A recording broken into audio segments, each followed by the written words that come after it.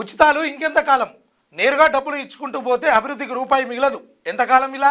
అన్ని పార్టీలు సమీక్షించుకోవాలి. పేదోళ్ళ హక్కులు కాపాడే పథకాలుంటే ఓకే, కానీ పథకాలే బడ్జెట్ పరిమితమైతే అభివృద్ధి జరిగేదెలా?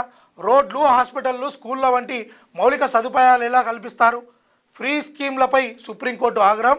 ఎన్నికలు వచ్చినప్పుడు ఉచితాలను ఎందుకు ప్రకటిస్తున్నారని రాష్ట్ర ప్రభుత్వాలపై సుప్రీంకోర్టు ఆగ్రహించింది. ఇష్టారీతిగా ఉచిత పథకాలు ప్రకటిస్తూ పోతే అవి దేశాభివృద్ధికి ఆటంకంగా మారుతాయని, ఇదివరకే రాష్ట్రాల బడ్జెట్ తీవ్ర ఒత్తిడిలో ఉన్నాయని, అయినా ఉచిత పథకాలు ప్రకటించడం ఎందుకు అని ప్రశ్నించింది. అసలు ఈ పథకాలను అమలు చేయగలమా లేదా పథకం అమలుకు చేయడానికి బడ్జెట్ ఉన్నదా అనేది కూడా పట్టించుకోకుండా, ఏ ప్రణాళిక లేకుండా కేవలం ఓటర్లను ఆకట్టుకునేలా నిర్ణయాలను ప్రకటించడం ఏమిటని అడిగింది. అసలు ఇదెక్కడి సంస్కృతి అని వాపోయింది. ఇదిలాగే కొనసాగితే పరిస్థితులు మరింత జటిలమవుతాయని హెచ్చరించింది. అందుకే అన్ని రాజకీయ పార్టీలు, సామాజికవేత్తలు ఈ భావాజాల పరిణామంపై సమీక్షించాలని సూచనలు చేసింది. తమిళనాడు ప్రభుత్వం ఉచిత విద్యుత్ పథకాన్ని ఉన్నపళంగా ప్రకటించిందని, ఇది తమ పనితీరుపై ప్రభావం చూపుతుందని Tamil Nadu power distribution corporation limited సుప్రీంకోర్టులో పిటిషన్ దాఖలు చేసింది. ఈ పిటిషన్ను CJI Surya Kant, justice Joymalya Bagchi, justice Vipul M Pancholi లీలా ధర్మాసనం విచారిస్తూ ఉచిత పథకాల ప్రకటనలపై సీరియస్ అయ్యింది. ఒకవైపు లోటు బడ్జెట్, మరోవైపు ఉచితాలు. మంచి ఆదాయం ఉన్న రాష్ట్రాలు కూడా సంక్షేమ అభివృద్ధికి పెద్దపీట వేయాలని, అహేతుక ఉచితాల ప్రకటనలకు పోవద్దని సిజేఐ సూర్యకాంత్ ధర్మాసనం పేర్కొంది. ఒకవైపు బడ్జెట్ లోటు ఉన్నప్పటికీ కొన్ని రాష్ట్రాల విచ్చలవిడిగా ఉచితాల ప్రకటనలు గుప్పిస్తున్నాయని విమర్శించింది. రాష్ట్రాలు లోటులో నడుస్తున్న ఇలా ప్రకటనలు చేయడంపైనే తమ ఆందోళన అని పేర్కొన్న ధర్మాసనం, వీటికి నిధులు ఎక్కడి నుంచి వస్తాయని ప్రశ్నించింది. సంక్షేమాన్ని సమర్థవంతంగా అమలు చేయడానికి రాష్ట్రాలు ప్రత్యేక వ్యవస్థను కలిగి ఉండాలని, రాష్ట్రాలకు వస్తున్న ఆదాయానికి, అభివృద్ధికి, రోడ్ల నిర్మాణానికి, సాగునీటి పారుదలకు ఎందుకు ఖర్చు చేయరు అని ప్రశ్నించింది. అభివృద్ధి మీ బాధ్యత కాదా? కొందరు నిరుపేదలు ఉంటారు, వారికి కనీస అవసరాలు తీరవు. వారికి ఆ అవసరాలు తీర్చడం ప్రభుత్వ విధి, అవి పొందడం వారి ప్రాథమిక హక్కు. కొందరు పిల్లలు చదువుకు నోచుకోలేకపోతారు, వారికి తప్పకుండా ఆ సదుపాయం కల్పించాలి. వీటిని ఆహ్వానించాల్సిందే కానీ సంపన్నులకు ఈ ఉచితాలు అవసరం ఉండవు. వారికి ఎందుకు ఈ ఉచితాలు? మీరు అందరికీ ఉచితంగా విద్యుత్ అంటే ధనిక వర్గం వారి విల్లాలో అన్ని లైట్లు వేసే ఉంచుకుంటుంది.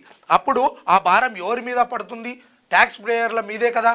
కనీసం ఈ విషయమైనా ఆలోచించారా? ఇలా ఉచితాలు ఇస్తూ పోతే దేశాభివృద్ధి కుంటుపడుతుంది, డెవలప్మెంట్కు ఒక్క రూపాయి మిగలదు అని ధర్మాసనం ఆగ్రహించింది. రోడ్లు, హాస్పిటళ్ళు, స్కూళ్ళు, మెడికల్ కాలేజీలు వంటి మౌలిక సదుపాయాల అభివృద్ధికి నిధులు ఖర్చు పెట్టాల్సిన బాధ్యత మీకు లేదా? దానికి బదులు ఎన్నికల సమయంలో మీరు స్కూటీలు, దుస్తులు, ఆహారం పంచుతూ ఉంటారా? ఈ దేశంలో ఏం జరుగుతున్నది? ఎక్కడికి ఈ ఉచితాల సంస్కృతి? ఎక్కడిది ఈ ఉచితాల సంస్కృతి అని మండిపడింది. ఇంకెంతకాలం ఇలా? ఎన్నికల ముందే ఈ పథకాలను ఎందుకు ప్రకటిస్తున్నారు? అన్ని రాజకీయ పార్టీలు, సోషలిస్టులు ఈ పరిణామంపై సమీక్ష జరపాలి. ఇది ఇంకెంతకాలం ఇలా సాగుతుంది? మేం కేవలం తమిళనాడుకే పరిమితం అవ్వడం లేదు, ఇతర అనేక రాష్ట్రాలు ఎన్నికల ముంగిట్లో ఉచితాలు ప్రకటిస్తున్నాయి అని సిజే సూర్యకాంత్ బెంచ్ వివరించింది. ఈ పిటిషన్పై స్పందించాలని కేంద్ర ప్రభుత్వానికి నోటీసులు జారీ చేసింది.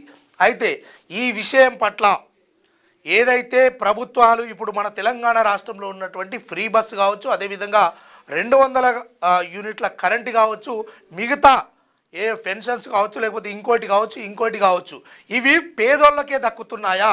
లేదు కదా, డబ్బున్నోడికి కూడా ఇవి వర్తిస్తున్నాయి కదా.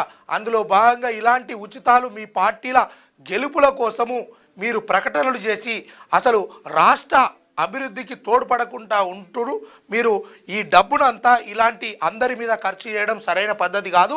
ఓన్లీ డబ్బు లేనోళ్ళు, పేదోళ్ళకు మాత్రమే ఈ యొక్క పథకాలు దక్కాలి. అదేవిధంగా డబ్బున్నోళ్ళకు దక్కితే దేశ అభివృద్ధి కావచ్చు, అదేవిధంగా రాష్ట్ర అభివృద్ధికి చాలా ఇది దోహదం అంటే కీడు చేస్తుంది. అందుకోసం ఇకపై మీరు ఎప్పుడైనా రాజకీయ పార్టీలుగా చలామణి అవుతున్నప్పుడు మీరు ఉచితాలు ప్రకటించొద్దు, ఆ దిశగా ప్రయాణించొద్దు అని చెప్పేసి కోర్టు ఒక చెంప మీద కొట్టినట్టు చేసింది. ఆ తీర్పు మరి ఆ విధి విధానాలకు ఎంతవరకు కట్టుబడి ఉంటారు ఏందనేది తర్వాత తెలుస్తుంది. మీ వ్యాపారం అభివృద్ధి కావాలని కోరుకుంటున్నారా? అయితే వెంటనే క్యూనస్ని సంప్రదించండి. Schools, colleges, banks, shops, office promotions, land promotions, political promotions, restaurant promotions, hospital promotions, పుట్టినరోజు వేడుకలు, శుభకార్యాలు, వ్యాపారాలు ఏవైనా, సందర్భం ఏదైనా ఇప్పుడే క్యూనస్ ద్వారా తెలియజేయండి. మీ వ్యాపారాన్ని అభివృద్ధి చేసుకోండి.